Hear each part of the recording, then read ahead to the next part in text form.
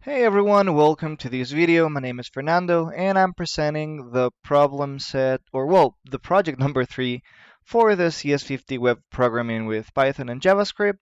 Let's get started. The first bullet point of the specification says that when a user goes to the email composition form, we should be able to actually send the email.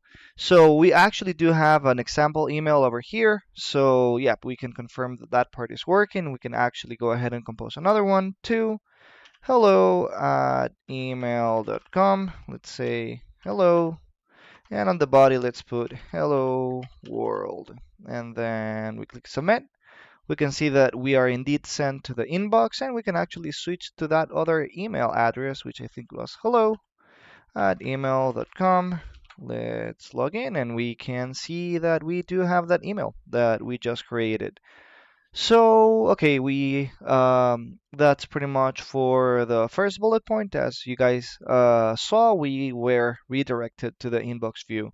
Now, when we visit the inbox view, sent mailbox or archive, we should be able to load that corresponding email. So, yeah, let's actually go ahead and do that so we can actually visit a mail. We can see that we actually see the mail over here. We can go to the sent inbox. We see the email that we just sent, and we can actually go back to the inbox, move this one to archive, move to archive, and we can see that the button actually changes to inbox. So we can move it back. So we can reload inbox, and there's the email again. So as you guys can see, pretty much all the inboxes work as intended, both inbox, sent, and archive, which is currently empty.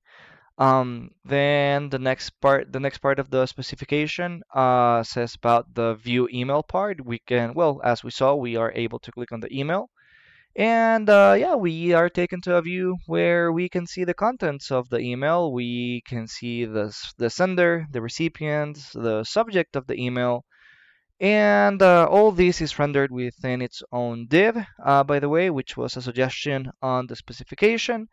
And yeah, also, by the way, we can see that once an email is clicked, it turns the background to a grayish color, which signifies that it has already been read. So yeah, that would basically complete the next part of the specification. We can move on to the archive and non-archive function, which we saw already, but we can repeat it, no problem. We go to the email, we can click and move to archive, and as we can see, if we reload the inbox, it's actually showing it as an empty inbox. We can move to archive, and we do see that the email is here, and actually the button now says move to inbox, which if we click, we get to the inbox part and the email gets there.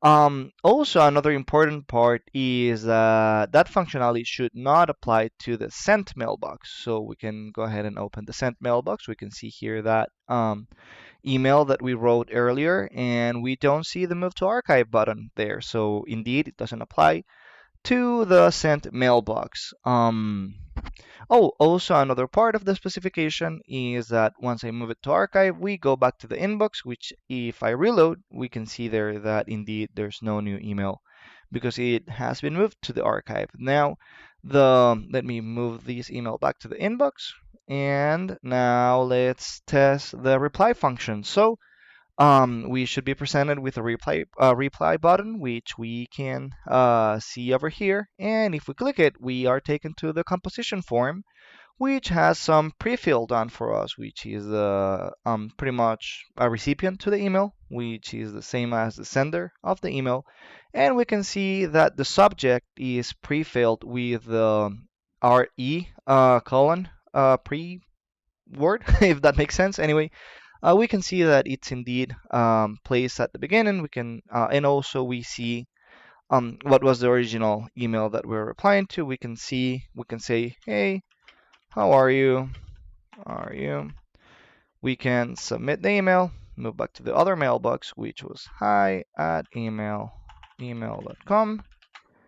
We can see that we do have a new email over here, and indeed it's showing up as intended. So anyway, that's it for today's video. I hope that you liked it, and thanks for your time, and see you in the next one.